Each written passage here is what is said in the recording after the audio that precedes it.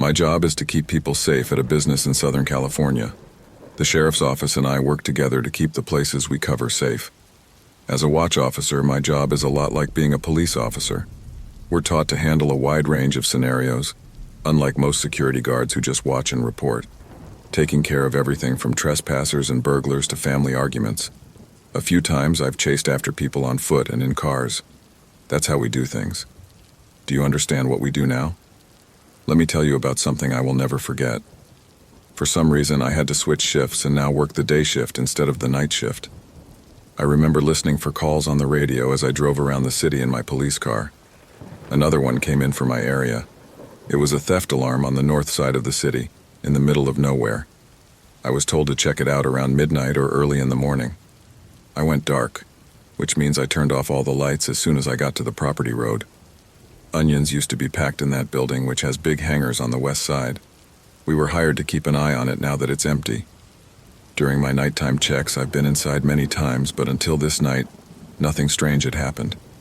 Also, remember that the place doesn't have any working lights, so it was very dark inside.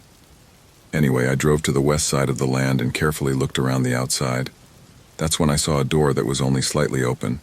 I sent a message. As I smoked my cigarette next to my car in the rare rain that Southern California gets, everything was fine. I like it when it rains. If I remember right, the wind was also pretty strong tonight. My friend and partner shows up after about 5 minutes. In fact, I'm really close with him outside of work. We take our flashlights and go inside. As soon as you walk in, the strong smell of onions hits you. Really, it's that strong that you can almost taste it in your nose. When we check the place, they are big, dark, empty, and smell bad all over. Now this is where things start to get scary. There is light rain on the metal roof, which we can hear. The wind is getting through any gaps it can find. Then it takes place. There are sounds of feet on the roof of the hangars. When I look at my partner, I say, "Dispatch confirms." He shrugs and replies, "Yes." We start looking for them all over the building in every corner. After that, we go outside and look around the building. As I thought, there was no way to get to the roof. In this weather, why would anyone be up there? We say it was the wind. We make sure of everything, and if everything is fine, we call it Code 4. Something very creepy happens as we are walking back through the hangars we just checked, which is the only way out to get to our cars. Before, I didn't believe in ghosts or anything like that, and I always thought those TV ghost shows were funny.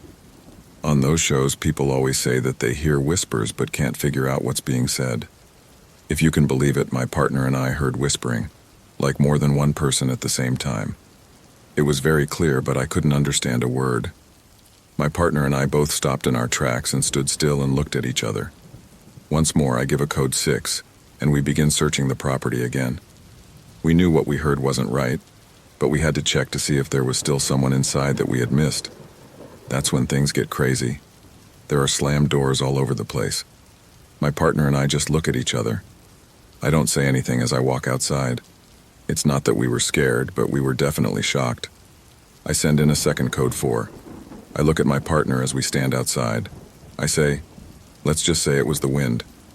Before I was promoted to corporal and moved to day shifts, that was the last time I went there. Even though I don't believe in ghosts, I know that night it wasn't just the wind.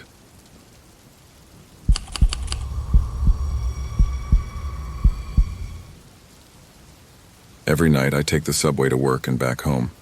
The bus ride to work takes 30 minutes, but I can walk to the metro stop from my flat in 5 minutes. My boyfriend came to my place one night to hang out with me before I had to go to work. We were talking so much that we forgot how late it was. Now that I see the time, I need to hurry to get to the bus stop. The night was one of those snowy ones where everything is white. Even later would have been if I had to wait for my boyfriend to warm up the car and clear the snow off of it. That's why I chose to walk to the subway stop. He left for his car after I said goodbye, and I began walking. There are good lights in most of the place I walk through, but one area is very dark at night. It's across from where the train stops. I was fine walking alone at night, even though I live in a rough area. Nothing bad has ever happened to me there. Getting to the station was all I could think about. Someone grabbed my arm as I got close to the dark corner across from where I was going. I had no idea he was coming. The man, who looked to be in his 40s, also tried to grab my other arm. I quickly hit him in the stomach with my elbow. I was lucky that I moved quickly because the man let go of me for a moment. That gave me a chance to get away from him as quickly as I could. I looked back when I got to the subway stop and saw that he was still following me. I ran through the station quickly and left through a different door on the other side of the building. I ran until I got to my room without getting hurt. My boyfriend, thank goodness, was still in the parking lot, waiting for his car to warm up. This is what I told him when I got into his car. We asked the police to come. They asked me to describe the man as best I could. My boyfriend drove me to work that night, but when I work at night, I usually take the train. The police never got back to me, so I guess they didn't find the man. I've been bringing pepper spray with me every time I walk to the station since then. It stays in my hand until I'm done walking.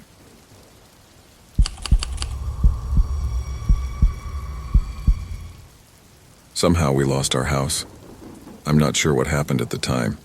At some point we bought that house again, but for a few days we had to find somewhere else to live. Our home was nice and not in Lockhart, Texas. My parents looked around and finally found a trailer park. There were 2 beds in the trailer. Our family of 5 thought it was too small, but we didn't have any other choices. The owner of the trailer park was a bad person, but he's not the center of this story. We lived in that trailer for a few months before we had to move again. There was a cul-de-sac of land not far from where we lived in the trailer park. In the middle of these homes was a spot called the Why Not Party House. It looked like a bar or club. I haven't been inside since I was a child. There were a bunch of houses and trailers spread out. One of them was an old trailer that people could rent. This rental person, Mr. Dahl, was an old man. 2 things about this trailer. The paint was coming off the walls and the front door was reached by old stone steps. The front porch had a few old steps and the mailbox was rusty, so it looked like it had been there for a long time. There's a bunk bed and something that looks like an air hockey table in one of the bedrooms. It's strange, but the kitchen has carpet. The bed in the main bedroom was big, like a queen-size bed. The back door was stuck shut with nails and it was impossible to open. It was even worse because there were mice everywhere. My parents decided to rent the trailer without any official papers. We just talked about it. That's why Mr. Dahl built us a new deck instead of the old steps before we moved in. He even built us a small table to use outside. I was amazed as a child that someone I didn't know could be so nice and take the time to improve our house. Someone mean wouldn't do something like that, right? That was easy for the first few weeks that I rented from him.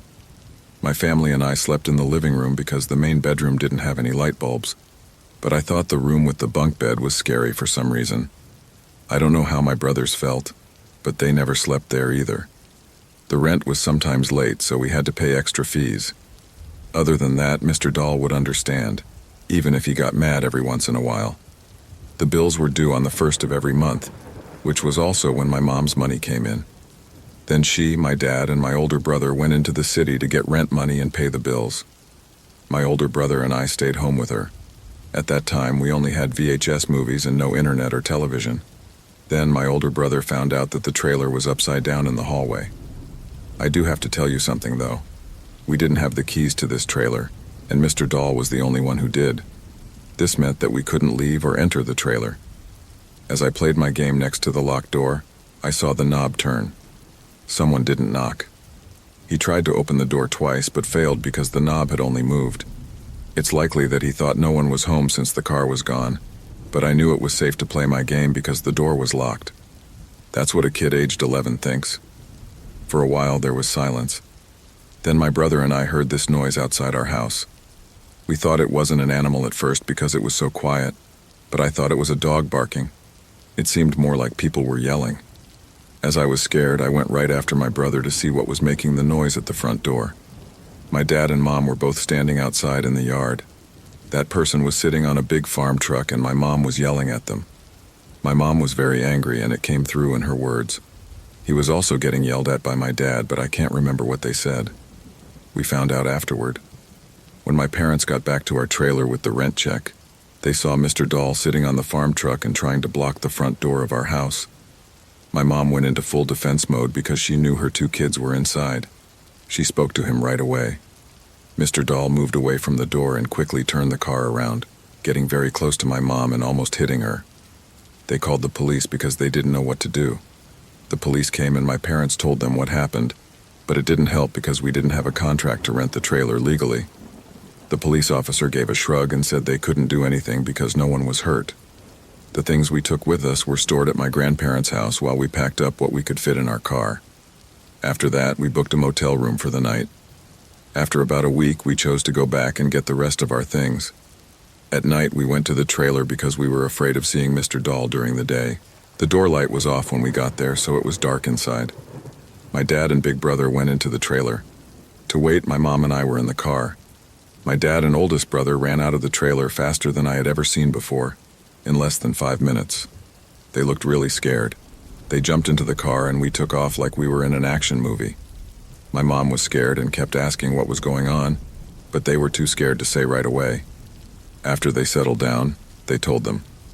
As you walked in, the master bedroom was on your right. That's where they went first. But then they saw something on the bed and changed their minds. They were going to get the box of papers we had to leave behind. It wasn't just someone sleeping. Mr. Dahl was there with a big knife next to him. The rest of our stuff was gone. Sometimes my mom and I talk about it, but we're glad it's over. All of that broken down furniture makes me wonder if it belonged to another family who had to leave everything behind, or had it taken away.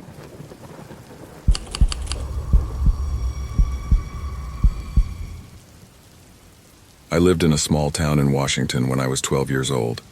In the summer, I believe, I was thrilled to spend time with my best friend, Rose. When I asked my grandmother if I could stay at Rose's, she said yes. Another boy from school, whose name I can't remember right now, was already at Rose's house when I got there. He was excited for us to try out this new game he had. Their house was 2 doors down from hers. When we got to his house around 6:30, the game he brought wasn't very fun, so I just stood there and stared out of his bedroom window. I could only see our images in the window and the TV's glow because it was so dark outside. As I leaned forward a little, I could see up into the tree branches. I was sitting right next to the window. When I looked up, I saw 2 red eyes staring back at me. What was that? It was too dark for me to see anything else. I was really scared. Those red eyes were all I could see. My throat got tight and I began to shake. I whispered to my friends by the TV, "Guys, look up at the tree." Rose looked at me and then at the tree. She stopped moving and looked very scared. The other friend looked too, but he quickly left the room. We both ran after him because we didn't want to be by ourselves. His dad was watching TV in the living room when he got there. He didn't believe us at first, but he got up and looked outside in the end. As they stared at us, he saw the eyes, which looked like they could see right into our hearts. The dad of our friend grabbed his baseball bat and told us to stay inside. He quickly left through the back door and shut it tightly behind him. Soon after, though, we heard our friend's dad yelling at something in the backyard. In his haste, he ran back inside and grouped us all in the master bedroom. He almost broke the door in his haste. Besides the front and back doors, that was the only door that could lock. The police soon showed up. They didn't believe us when we told them what had happened. They told us we were making things up. And deep down, we knew it wasn't all in our heads. We are 4 people, one of whom is an adult, and we all saw the same thing.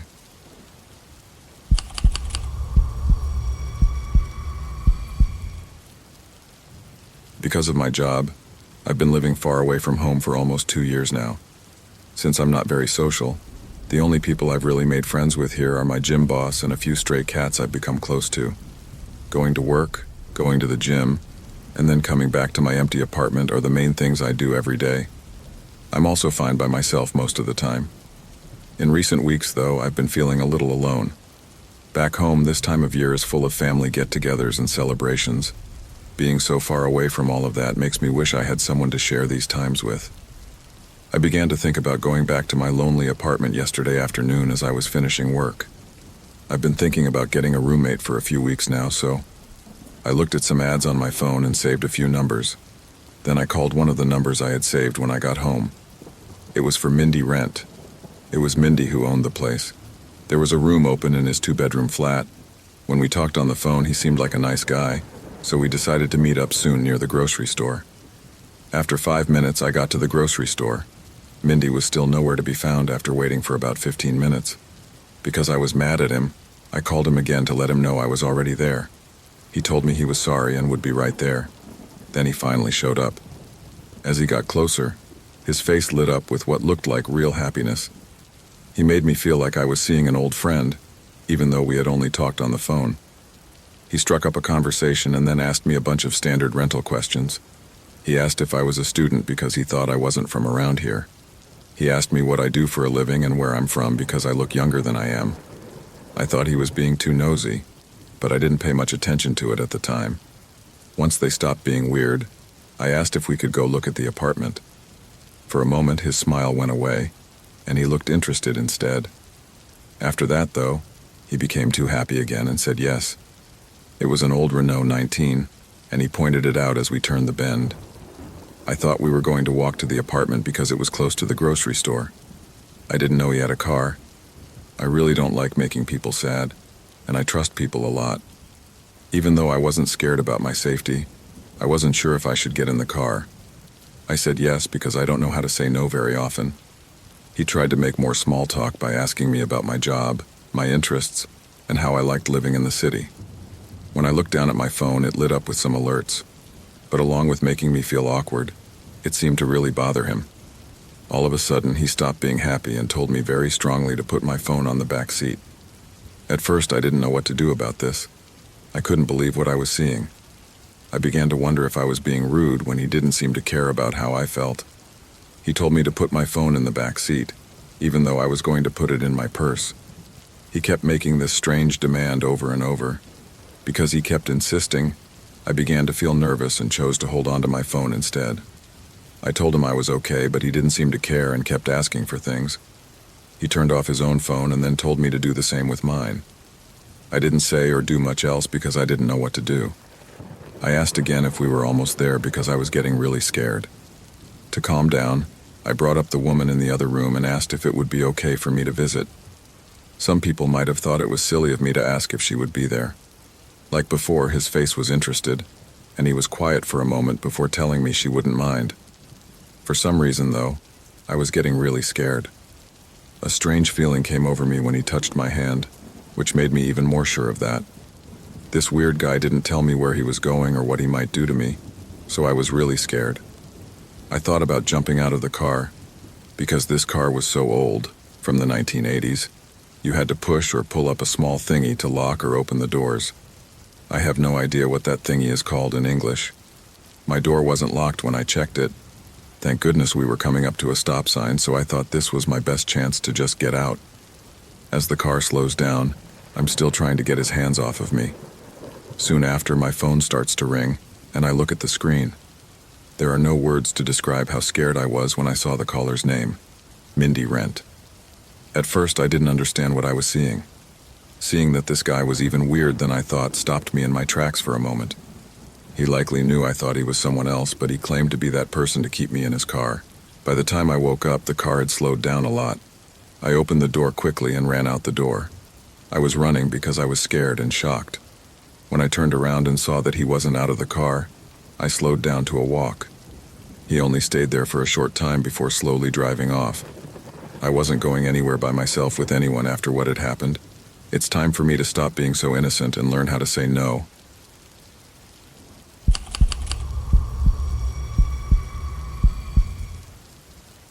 I went to a friend's party at their house when I was 14 or 15.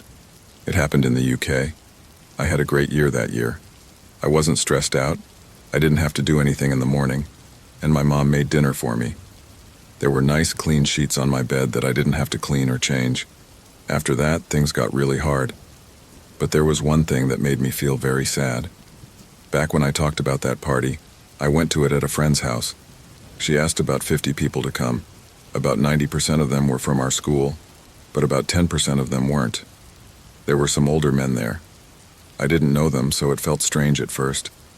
I was careful because I was 14 and a girl.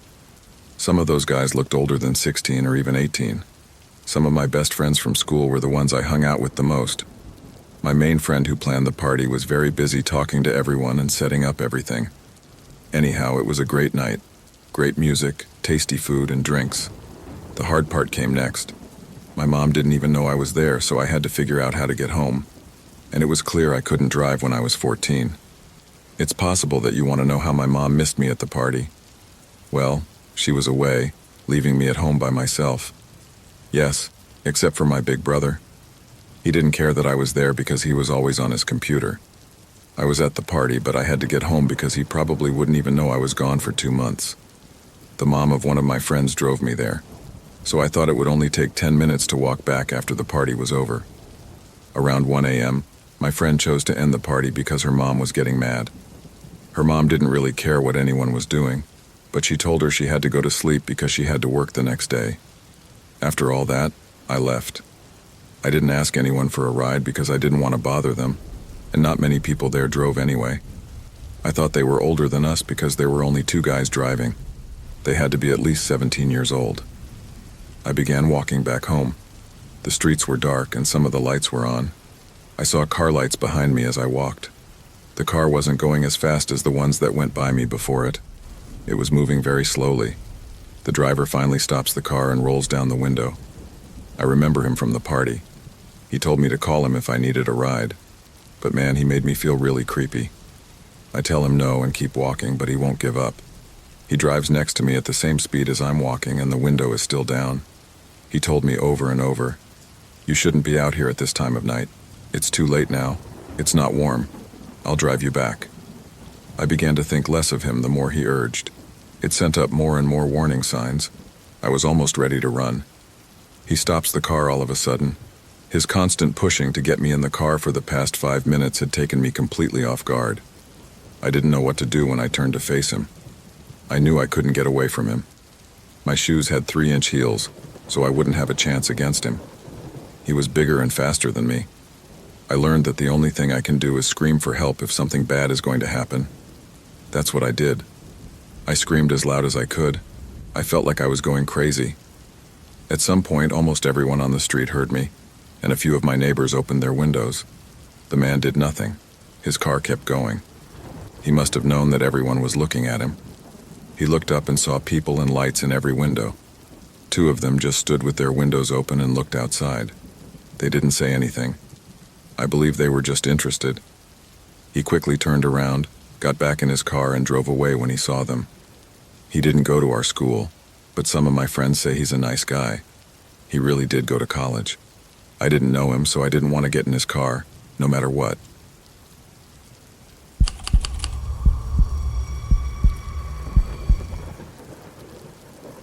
On the West Coast, my family used to live on the edge of a city. I was born in this place, but I no longer live there. High crime rates and rundown places are just 2 of the many issues the city is known for. I thought it would be fine to deal with one of the few owners on the edges of town before. But things weren't as easy as I thought they would be. The trouble began about a month before the big show. At home, my mom, my 2 little sisters, and I were the only ones. My husband was out of town taking care of a family matter. I thought our owner was normal, but he started coming to the house a lot more often than usual. At first, it looked like he was just stopping by to see how things were going. But then he started coming by almost every day, sometimes late at night, which made us all nervous.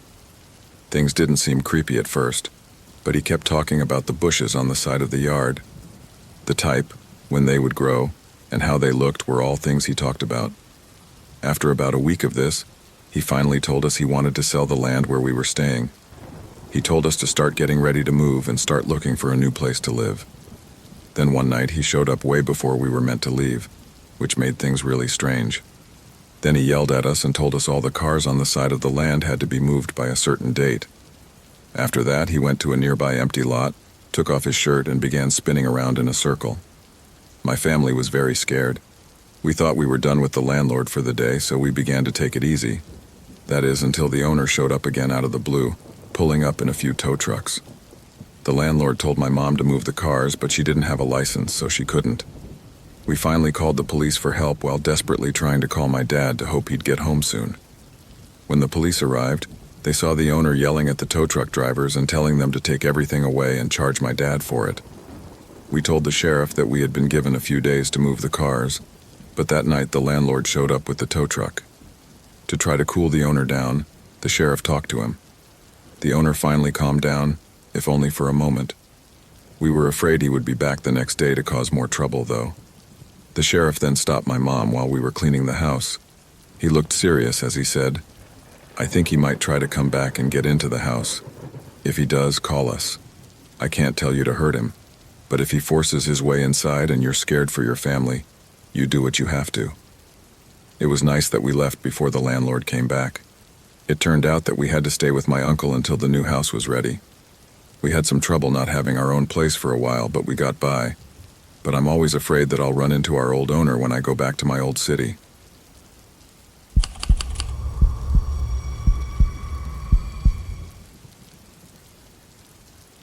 I spent a lot of time at the library late in the winter of 2012. The sun had already gone down, so it was dark outside. It was evening, and there wasn't the normal buzz of my friends learning with me. I couldn't remember why they didn't show up. The library told me it would be closed in 5 minutes as I was getting my things together. I paid close attention to my studies because I had a test in 3 days. I put my books in my bag after getting them together. After that, I threw it over my shoulder and walked toward the library exit. It seemed very loud, even though it was very quiet. It was very quiet in the library, but I thought I was the only person there besides the worker. I could feel how cold it was when I went outside. The weather got really cold, and there was no one else on campus when I looked around. I went back to my house on foot. Something very scary did happen, though, before I got home. Around the middle, I had to cross a big road. It's strange that the campus is split into 2 parts. I have no idea why they made it that way. However, a highway goes right through the campus. Even though it wasn't hard to cross during the day, it was much harder at night.